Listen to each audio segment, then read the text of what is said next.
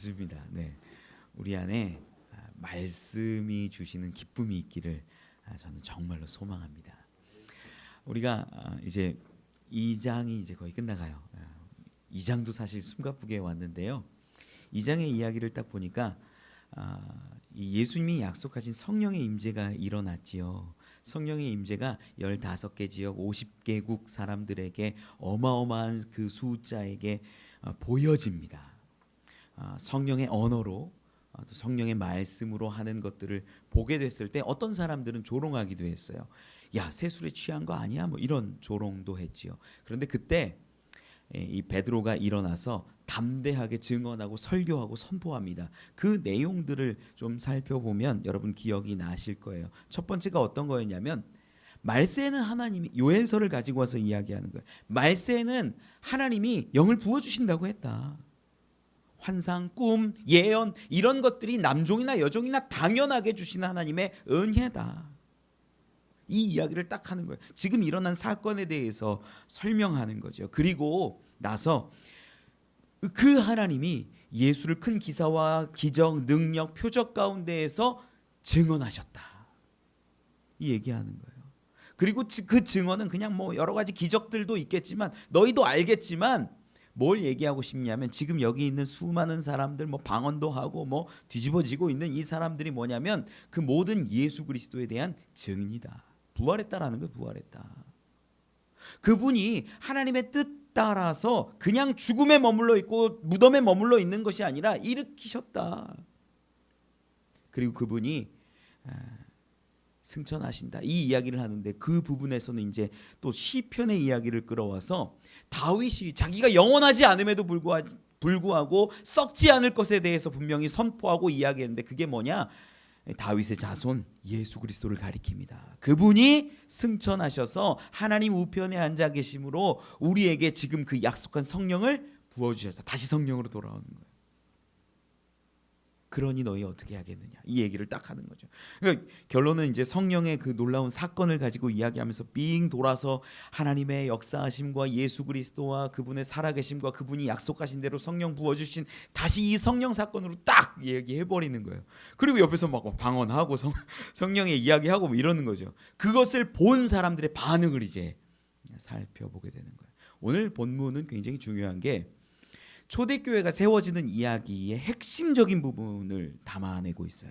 우리가 그 부분 말씀 보면서 함께 은혜 나누어 보죠. 우리 37절 말씀 같이 읽어볼까요? 37절 시작. 그들이 이 말을 듣고 마음에 찔려 베드로와 다른 사도들에게 물어 이르되 형제들아 우리가 어찌할꼬 하거늘. 아멘. 그들이 이 말을 듣고 마음에 찔렸대요. 마음에 찔려. 하는 말은 뭐였냐면 형제들아 우리가 어찌할꼬. 형제들아 이렇게 얘기할 땐 뭐냐면요 친근감을 나타내는 표시입니다. 우리 어떻게 해야 되냐 어찌할꼬 묻는 거예요. 근데 이 어찌할꼬라고 물었던 이유가 있는데 마음에 뭘 당했다? 찔림을 당했다는 거예요. 찔림을. 뭔가 마음을 찔른 거예요. 뭔가 그 뭐가 뭘까요? 그들이 이 말을 듣고. 여러분 베드로의 말을 듣고가 아니에요. 베드로가 지금 말했지만 베드로가 선포한 건 뭐예요? 요엘서의 말씀, 시편의 말씀 이것을 가지고 하나님께서 증언하신 예수 그리스도에 대해서 선포했다라는 거예요. 이 말을 들었다. 그리고 그때 마음이 찔림받았다라는 거예요. 이 찔렸다라는 이 표현도 수동태입니다. 수동태. 찌르다, 관통하다. 그러니까 뭐냐면 베드로는요 여러분 갈릴리 사람이에요. 그 직업을 우리가 알아요. 뭐예요? 어부요. 어부. 지금 수많은 사람들에게 인정받고 막 존경받을 만한 직업이에요? 아니에요. 절대 그렇지 않아요. 그런데 베드로가 한 얘기가 요엘의 이야기고 시편의 이야기고 지금 담대히 증언하는 이야기이기 때문에 하나님이 증언하신 예수 그리스도에 대한 이야기이기 때문에 얘기할 때 저들의 마음 가운데 뭐가 있었다? 찔림이 있었다. 관통함이 있었다. 마음을 관통하는 거예요. 심령을 관통하는 거예요. 여러분 진짜 하나님의 말씀은요 어떤 거냐면 우리의 마음을 찌르는 겁니다. 여러분 죄송해요. 목회자가 찌르는 설교를 많이 하는데 제가 그런 비판을 굉장히 많이 받습니다. 뭐 이렇게 맨날 찌른대요. 아프게 한대요. 저도요 여러분 이 이야기를 하면서 여러분 뭐 축복하고 잘 됐으면 좋겠고 이런 얘기 막 하고 싶어요. 너무 하고 싶어요. 그런데 여러분 성경을 쭉 보잖아요. 깊이 연구하잖아요. 한 80% 이상이 찌르는 말이에요. 놀랍게. 뭘 얘기하는 걸까요? 이스라엘의 그 역사가 하나님이 택하신 백성이고 족속이고 나라와 제사장인데도 불구하고 그 역사를 보면 늘 잘못해서 하나님이 통탄해하시고 회개하라 요구하시고 선지자들을 보낼 때마다 자꾸 말씀하시는 거예요. 그거 아니다라는 거예요. 그거 아니다. 여러분 저도요 축복하고 싶고 여러분 잘 됐으면 좋겠습니다. 뭐 이런 얘기로 막 채우고 싶어요. 그래서 교회 오면 뭔가 마음이 편안해졌어. 그런 마음으로 나가면 저도 좋아요. 저도. 그런데 성경이 그렇지를 못해요. 하나님의 말씀이 때로는 우리를 찌르고 아프게 하고 우리의 심령을 관통한다라는 거예요. 그런데 그 놀라운 말씀이 우리의 잘못된 것들을 깨닫게 하고 우리를 어디로 향하게 하냐면 십자가로 예수 그리스도 그 은혜로 대속으로 보혈로 나아가게 한다라는 거예요. 우리 할 수 없으니까 우리 죄인이니까 우리 부족하니까 우리의 힘과 능력으로는 안 되니까 뭘 바라보게 하는 거예요? 예수 그리스도. 그게 성경의 핵심이에요. 그래서 우리에게 진정한 복은 뭐냐면 예수 그리스도 말고는 없어요. 제가 뭐 여러분 뭐 이렇게 하십시오 저렇게 하십시오 잘 될 겁니다 뭐 이렇게 될 겁니다 해결될 겁니다. 저도 정말 그랬으면 좋겠어요. 그런데 그 문제의 답은 누가 가지고 계시냐면 하나님이 가지고 계시고 예수 그리스도가 오직 정답이에요. 저는 그걸 얘기할 뿐이에요.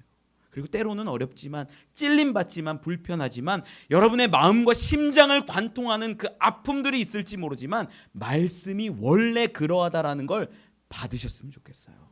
오늘 본문 가운데서도 그래서 이 말을 들었을 때 예수에 대한 증언을 들었을 때 저들의 마음이 찔렸던 거예요. 자, 여기서 아주 중요한 것들 하나 짚고 넘어가야 되는데 이들이요 지금 우리가 쭉 보는데 42절까지 봤잖아요. 42절까지 읽는데 마음에 찔림은 있어요. 근데 이 사람들이 예수님을 만났을까요? 못 만났을까요? 아직 못 만난 것 같아요. 이 사람들은 지금 성령의 임재 사건을 보았고 성령의 언어를 듣기는 들었는데 자기들이 막 방언하고 자기들이 기도하고 있어요? 아니라는 거예요. 예수님을 인격적으로 아직 만나지도 못했어요. 그저 마음에 찔림만 있을 뿐이에요. 이걸 여러분 머릿속에 일단은 기억하고 말씀을 좀 계속 보면 좋을 것 같아요. 이 찔림을 가지고 저들이 어찌할꼬라고 이야기할 때 베드로가 이제 말합니다. 우리 38절로 넘어와서 같이 한번 읽어봅시다. 시작. 베드로가 이르되 너희가 회개하여 각각 예수 그리스도의 이름으로 세례를 받고 죄 사함을 받으라. 그리하면 성령의 선물을 받으리니. 아멘. 굉장히 중요한 복음을요 한 줄로 요약해서 선포한 거예요. 예수에 대해서 이야기했으니까 너희가 이제 앞으로 해야 될 것이 뭐냐? 회개하고 세례를 받으면 뭐를 얻는데요? 죄사함을 얻고 성령을 선물로, 성령의 선물이라고도 하고 성령을 선물로 받는다라고도 표현해요. 이건 번역상의 차이예요. 어쨌든 우리가 할 수 있는 건 딱 두 가지예요. 뭐냐면 회개와 세례. 그러면 자연스럽게 주시는 게 뭐예요? 죄사함과 성령. 연결되죠. 간단하죠. 그런데 이것을요 저도 이렇게 고백해요. 그런데 우리가 오해하는 사람들이 간혹 있어요. 뭐냐면 회개와 세례를 어떤 죄사함과 성령을 받기 위한 어떤 종교적인 순서나 논리적인 연결로 짓는 거예요. 여러분 그건 아니에요. 물론 여기에서 제가 이 부분을 막 여러분에게 막 그 문법적으로 다 하면 여러분 힘들 것 같아서 아주 간단한 예를 들어드릴 거예요. 예를. 사도행전 10장에 나와요. 사도행전 10장에 어떤 예가 나오냐면 우리가 회개하고 세례 받으면 죄사함 받고 성령 받는다라는 것에 대한 거꾸로 된 예화가 사도행전 10장에 나온다라는 거예요. 44절로 48절을 우리 같이 한번 보겠습니다. 사도행전 10장 44절로 48절. 이방인들에게 먼저 성령이 임하고 나중에 어쩔 수 없어서 세례를 주는 장면이 여기 기록이 돼요. 같이 한번 읽어보죠. 시작. 베드로가 이 말을 할 때 성령이 말씀을 듣는 모든 사람에게 내려오시니 베드로와 함께 온 할례 받은 신자들이 이방인들에게도 성령을 부어 주심으로 말미암아 놀라니 이는 방언을 말하며 하나님 높임을 들음이러라. 이에 베드로가 이르되 이 사람들이 우리와 같이 성령을 받았으니 누가 능히 물로 세례를 베품을 금하리요 하고 명하여 예수 그리스도의 이름으로 세례를 베풀라 하니라. 그들이 베드로에게 며칠 더 머물기를 청하니라. 아멘. 자, 정반대의 사건이 일어나요. 뭐냐면 우리가 지금 베드로가 처음에 가르치고 선포할 때는 뭐냐면 회개하고 세례받아. 그러면 죄사함도 받고 성령도 선물로 받을 거야. 이렇게 이야기하고 가르쳐서 수많은 사람들이 뭐라고 여기냐면요. 그래, 회개가 중요해. 죄사함 받고 예수님 만나려면 무조건 회개를 하고 눈물 나고 콧물 날 때까지 기도하고 회개하고 그래야 돼. 그리고 그다음 뭐 해야 돼? 세례 받아야 돼. 그러면 우리가 죄사함 받고 성령을 선물로 받아서 구원받은 자녀가 되는 거야. 여러분, 그런데요, 그건 우리가 굉장히 건강하게 잘 이렇게 순서 지었을 때 이런 일들이 일어나기도 해요. 이걸 부정하는 게 아니에요. 그런데 하나님의 역사는 거꾸로 가기도 한다는 거예요. 보니까 이방인들에게 가서 말씀을 전했더니 뭐가 먼저 내려와요? 성령이 먼저 내려오는 거예요. 그 성령이 내려왔는데 상황도 정확히 방언하고 하나님 높이고 막 뒤집어진 거예요. 이런 상황을 보고 베드로가 하는 말이, 야, 이방인들에게 성령이 와? 왜? 이건 말이 안 되는데? 원래 세례 주고 이렇게 돼야 돼. 그렇게 말해. 지금 2장에서 얘기했던 베드로인데 깜짝 놀란 거예요. 자기 생각과 자기 계획하고 전혀 다르게 성령이 먼저 역사하신 사건을 보게 되는 거예요. 그러니까 하는 말이, 야, 이렇게 됐는데 하나님이 그렇게 성령을 주셨는데 물로 세례 주는 걸 누가 금해? 못해. 그래서 물로 세례를 주게 되는 거예요. 거꾸로 일어난 거예요, 사건이. 저는 여러분들께 말씀드립니다. 회개와 세례가 중요합니다. 필요합니다. 우리에게 신앙생활을 하는 것에 있어서 꼭 필요한 단계예요. 그런데 하나님의 은혜와 하나님의 부어주심을 막을 수가 있다 없다? 없다. 먼저는 뭐냐? 예수 그리스도의 대속과 보혈과 그 물을 쏟아내심이라는 거예요. 회개라는 건 뭐냐면 종교적인 어떤 형식이 아니에요. 회개라는 건 뭐냐면 나를 위해서 물과 피를 쏟으신 그 예수 그리스도를 바라보고 반응하는 거예요. 반응. 내가 믿으려고, 내가 구원받으려고, 천국 가려고, 회개하려고 하니까 막 내가 지었던 죄들 막 나열해요. 이거 잘못했어요, 저거 잘못했어요, 저거 잘못했어요, 그거 잘못했어요, 요거 미워했네요, 하나님 내 죄를 보니 막 눈물이 나요, 막 펑펑 울어요. 그런데 진짜 하나님 주신 평안이 없을 때가 있어요. 울고 회개하는데도 불구하고. 왜 그럴까? 예수 그리스도를 바라보지 않는 건 회개가 아니에요. 진짜 회개는 언제 일어나냐? 예수 그리스도를 바라볼 때 그분에 대한, 그분의 희생과 그분의 대속과 그분의 놀라운 사랑으로 인한 반응이 내 가운데 막 강물처럼 파도처럼 몰려올 때 그때 회개가 터지는 거예요. 그렇죠? 이 본문 말씀 2장 가운데 있는 이 이야기가요, 너무나 중요한 회개와 세례를 이야기하고 있지만 이것이 종교적인 어떤 방법론은 아니다라는 걸 여러분들께 분명히 말씀드려요. 먼저 있었던 건 뭐냐? 하나님의 사랑이요, 예수 그리스도의 십자가 사건이요, 그리고 그걸 바라보는 우리의 고백, 반응, 이게 회개고, 어떤 결단의 의미로서 세례를 받을 때 하나님이 주시는 것이 죄사함과 성령이다. 이렇게 보시면 여러분 훨씬 더 건강한 이해를 하게 되는 겁니다. 말씀을 좀 계속 와서 보면 우리 39절 말씀도 같이 읽어보죠. 시작. 이 약속은 너희와 너희 자녀와 모든 먼데 사람 곧 주 우리 하나님이 얼마든지 부르시는 자들에게 하신 것이라 하고. 아멘. 이 약속은 이렇게 말씀을 시작합니다. 이 약속이 뭘까요? 성령이 함께 하시고 성령이 동행하시는 이것들에 대한 약속이에요. 왜냐? 지금요, 예수님이 약속하신 대로 성령이 임한 거예요. 이 사건이 배경이 되는 거예요. 지금 수많은 사람들에게, 즉 3,000명이 회심하고 돌아온 이 사건에 대해서도 배경이 되는 건 뭐냐면 예수님이 그대로 약속하신, 우리 사도행전 1장 4절 5절 가운데서도 말씀하신, 예수님이 기다려, 예루살렘에서 내가 아버지께 가서 약속하신 것 줄 테니까 약속하신 그것 받아라고 기다렸던 자들이 있어요. 방금 읽었던 사도행전 2장 33절에는 뭐라고 기록합니까? 33절 말씀 같이 한번 읽어볼까요? 시작. 하나님이 오른손으로 예수를 높이심에 그가 약속하신 성령을 아버지께 받아서 너희가 보고 듣는 이것을 부어 주셨느니라. 아멘. 성령을요, 이렇게 표현하는 거예요. 약속하신 성령이라는 거예요. 여러분, 우리는 성령 받는 것이 그냥 받는 것이 아니라 예정되었고 약속되었고 분명히 선포되었기 때문에 받는다라는 거예요. 그럼 그 성령을요, 약속하신 그 성령을 우리도 받을 수 있어요, 없어요? 받을 수 있는 거예요.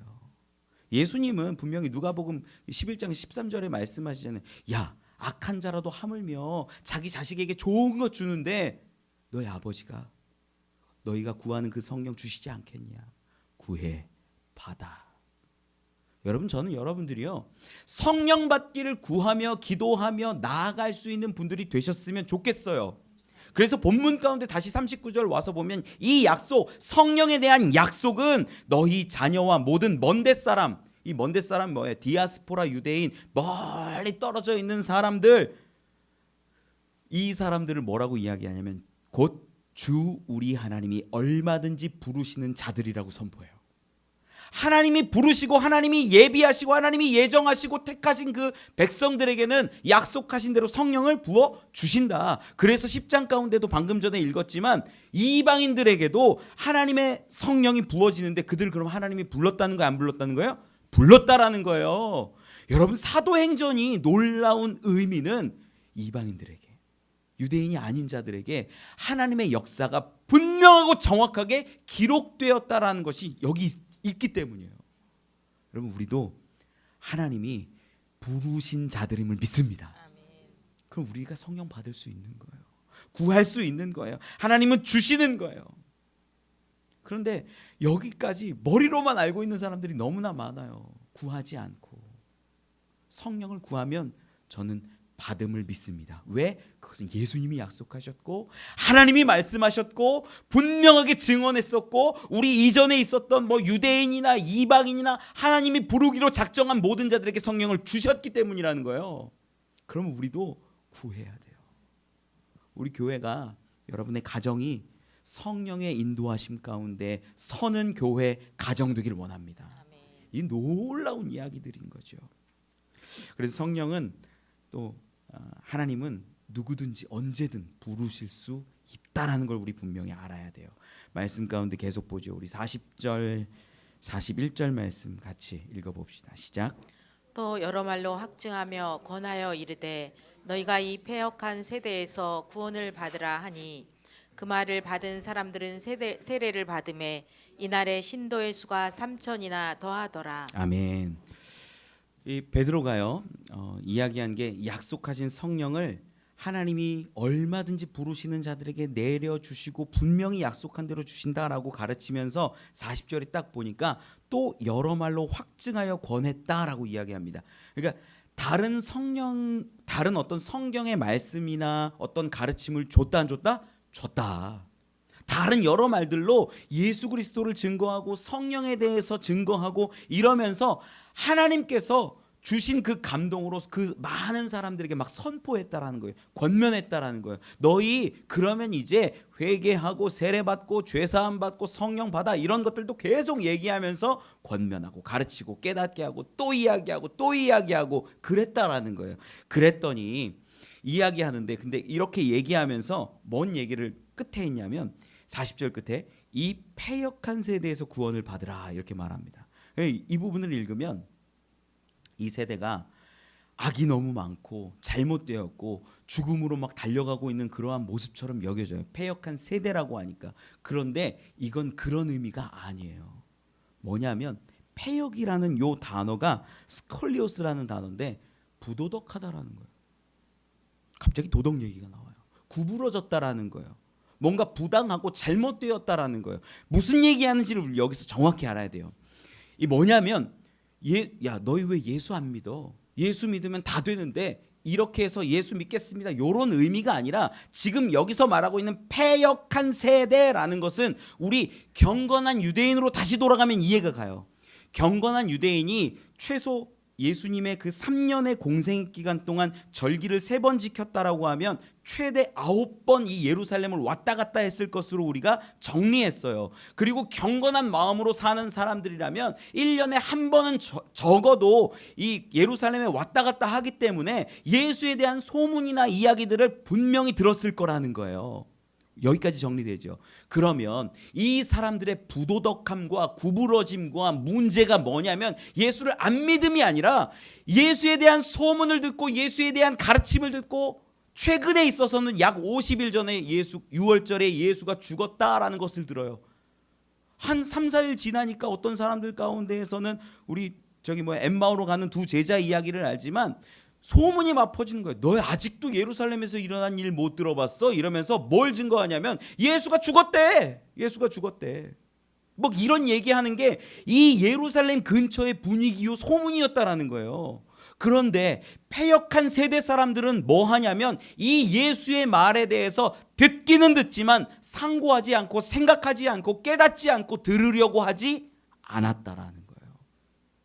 여러분, 패역한 세대의 의미가 어떤 거냐면 예수 그리스도를 선포했을 때 믿고 안 믿고의 문제가 아니에요. 진짜 패역이라는 건 뭐냐면 선포했을 때 그것이 진짜 그러한가 아닌가를 한번은 따져보는 그 모습이 있어야 되는데 그걸 버렸다라는 거예요. 그걸 듣지도 않고 관심도 갖지 않는 사람들. 저는요 지금 이 시대를 보면서요 이 세대가 패역한 세대라고 보여요. 물론 저들 가운데 예수님을 믿을 수도 있고 안 믿을 수도 있고 하나님이 부르신 자들, 택하신 자들이 분명히 있겠죠. 그런데 이 세대의 분위기가 흐름이 어떻게 가냐면 복음을 전하잖아요. 예수 그리스도 선포하잖아요. 다 안 돼요. 예수 들어봤대요. 그리고 말씀에 대해서 깊은 고민이나 생각이나 왜 그렇게 죽으셨을까? 그 죽음의 의미가 뭘까? 부활이라는 건 뭘 얘기할까? 이런 거에 대해서 진짜로 고민하는 사람은 너무나 적어요. 그게 패역이에요. 그게 패역이에요. 젊은 청년들한테 제가 막 얘기할 때 그렇습니다. 학생들 여기 뭐 드럼도 가르치고 뭐 할 때 말해요. 정말 예수님이 너 위해 죽어주셨어. 너 아니? 들어는 봤어요. 슉 들어왔다가 그런데 저랑 상관없는 것 같아요. 이러고 슉 빠져나가요. 여러분, 패역이 어떤 거냐면 진심을 담아서 선포하고 가르쳤는데 그걸 한 번도 고민하지 않고 듣지 않는 그 모습이 패역이에요. 그게 부도덕이에요. 그게 구부러진 거예요.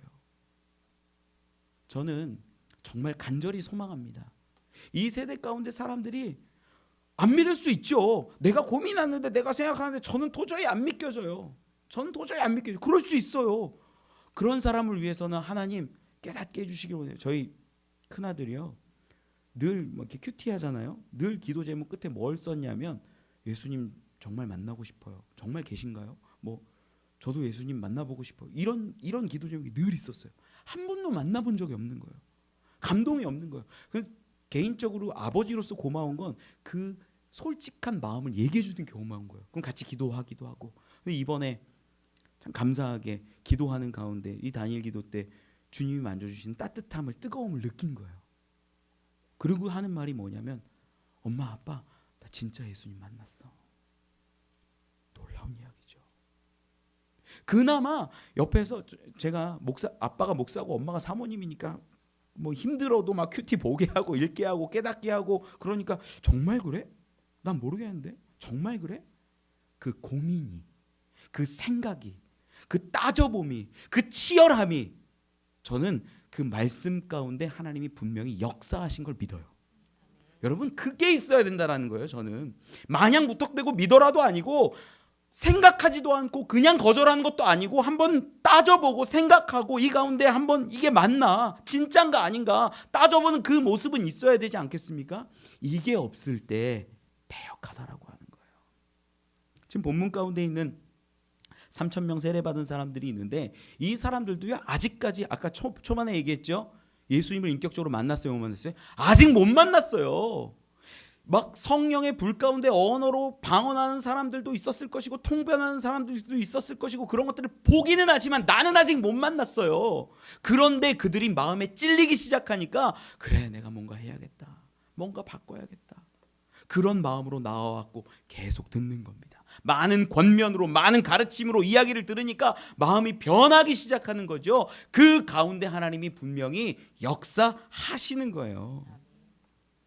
여러분들도 패역한 세대에서 떠날 수 있기를 원합니다. 그래서 정말 그런가? 따져보고 공부하고 그 가운데 분명히 만나주세요.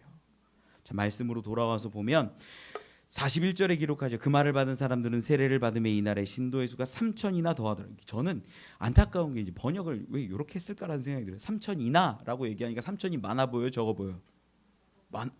3천이나라는 이나라는 표현을 하면 많아 보여요. 그리고 개 교회를 한번 생각해 보세요. 3천이면 많죠. 전도 집회 한번 했는데 3천 명 왔다 그러면은 야 난리 났다. 그런데 제가 알기로 아마 예전에 우리 여의도에서 그 갑자기 지금 생각이 나. 김장한 목사님이랑 그 누구죠? 빌리그레함 그 목사님 와서 70만이 모였다고 하니까 그때 결신한 사람이 아마 3천 명 제가 봤을 땐 넘을걸요. 결신한 사람이 성경에 있는 성령이 직접 역사한 것보다 아마 더 일어난 일들이 있을 거예요. 그 얘기를 하려는 건 아니고, 자 본문 가운데 보면 무슨 얘기를 하냐면 3천이라는 숫자가 어떤 한 집회로 따지면 굉장히 많은 것 같고 한 교회로 따지면 어마어마한 숫자인 것 같은데, 여기 기록된 이 3천 이나라는 표현이 이 호세이라는 단어를 쓰는데 이게 뭐냐면 대략이에요. 대략 그냥 3천 같이 3천 정도 되었더라. 약 3천쯤 되었더라. 이런 표현이에요.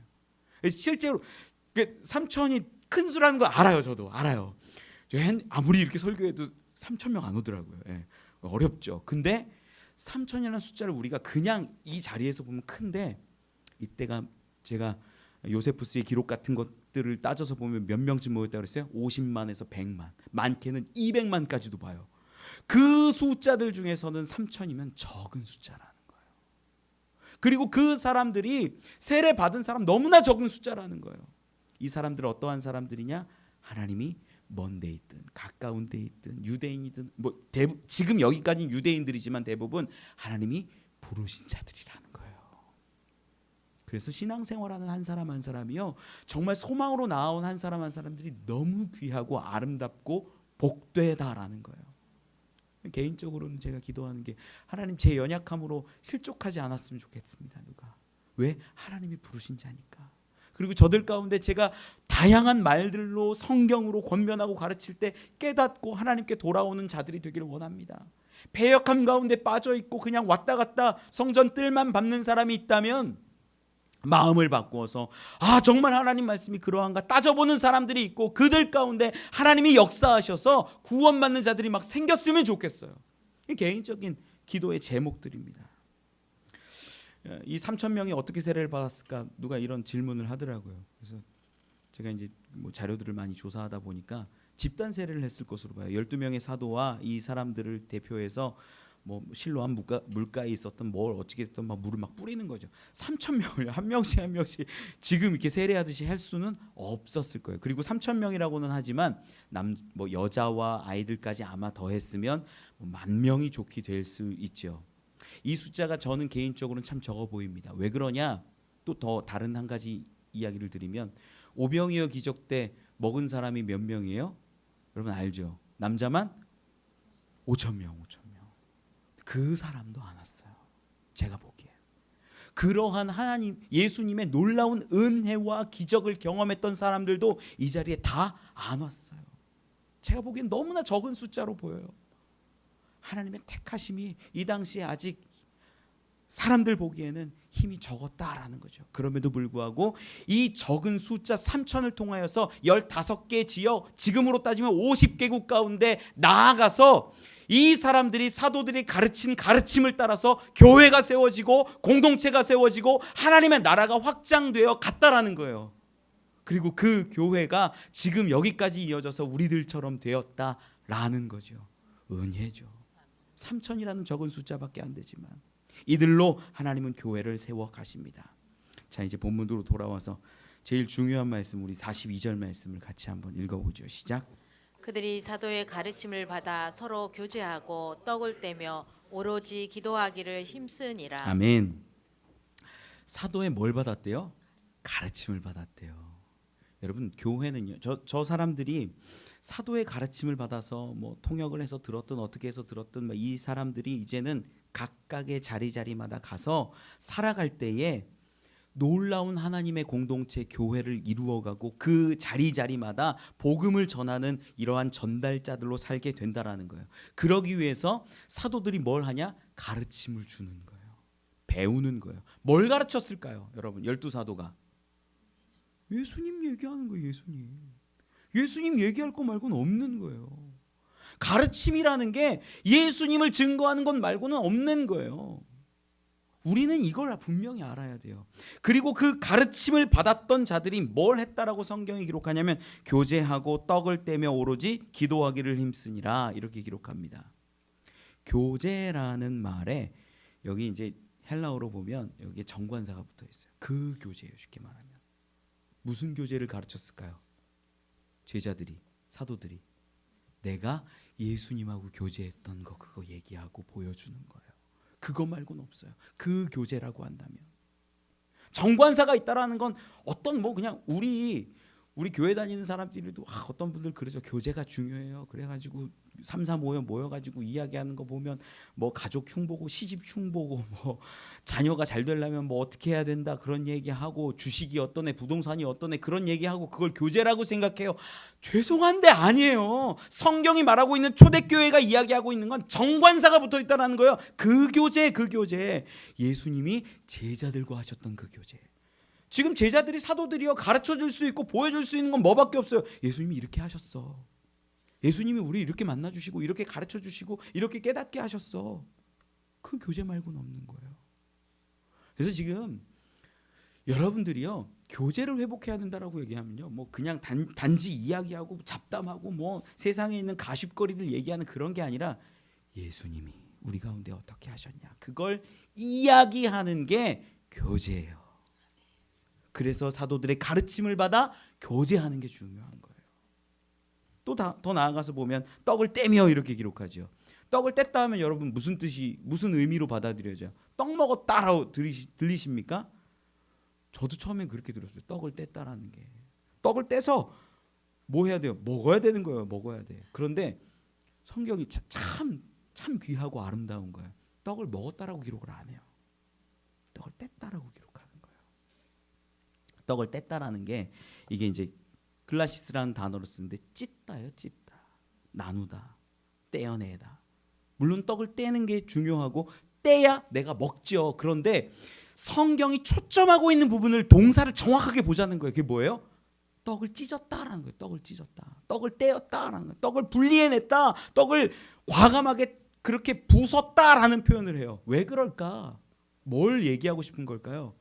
예수님의 마지막 성만찬을 얘기하고 싶은 거예요.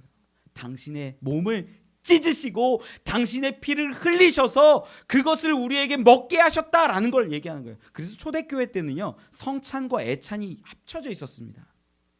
성찬과 애찬이 합쳐져 있었어요. 이게 우리는 지금 많이 먹는 건 잘 먹고 늘 이것만 먹을 수 없으니까 뭐 밥도 먹고 여러 가지 하는 것일 뿐이지 성찬과 애찬이 합쳐진 모습이었어요. 지금은 그 의미만 살리려고 이렇게 배부른 게 아니라 이렇게 하는 것일 뿐이지 여기에는 어떤 의미가 담깁니까?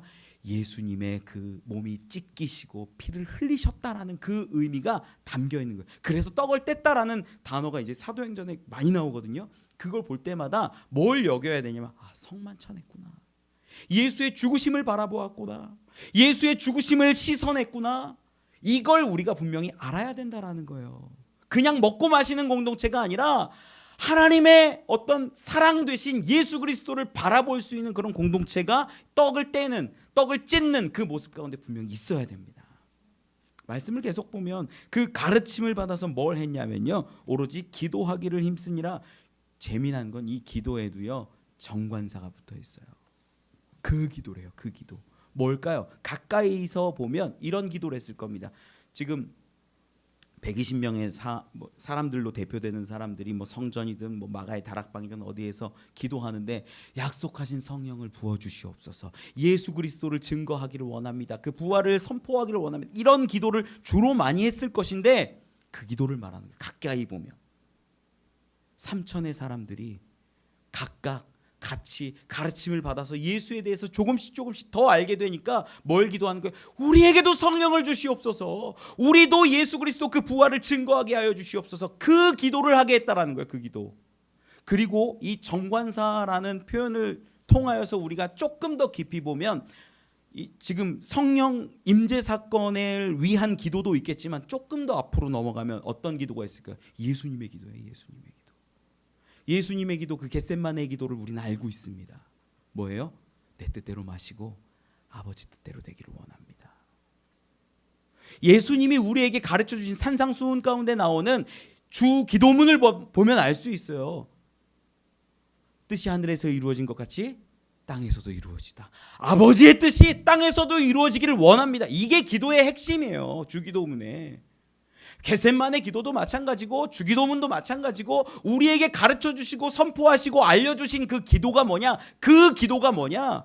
아버지의 뜻대로 되기를 원합니다 라는 기도예요. 초대교회 공동체가 뭘 했는지 분명하게 드러납니다. 사도의 가르침을 받아서 그들은요 서로 예수에 대한 교제를 한 거예요. 그리고 예수 그리스도를 바라보며 그분의 죽으심과 그분의 피 흘리심을 서로 이야기하고 때로는 힘을 받기도 하고 어려움 가운데 이겨낼 어떤 위로를 얻는 그런 자리가 있었을 겁니다. 그리고 그들은요 예수님처럼 기도하기 시작했다라는 거예요. 여러분 이게 초대교회예요. 시간이 많이 가서 좀 정리를 합시다.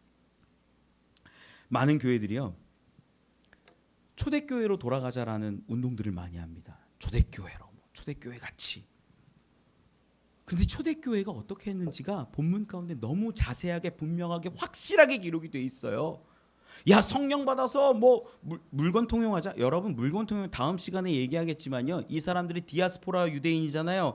디아스포라 유대인 뭐예요? 고향이 여기가 아니에요. 지금 자기 실제로 태어난 곳은 저기 멀리 있는 외국들이에요. 거기에서 여기 경건한 마음으로 왔는데 여기서 예수님을 만나고 성령의 임재를 보다 보니까 여기에 머물러 사는 거예요. 그럼 돈이 있어요 없어요?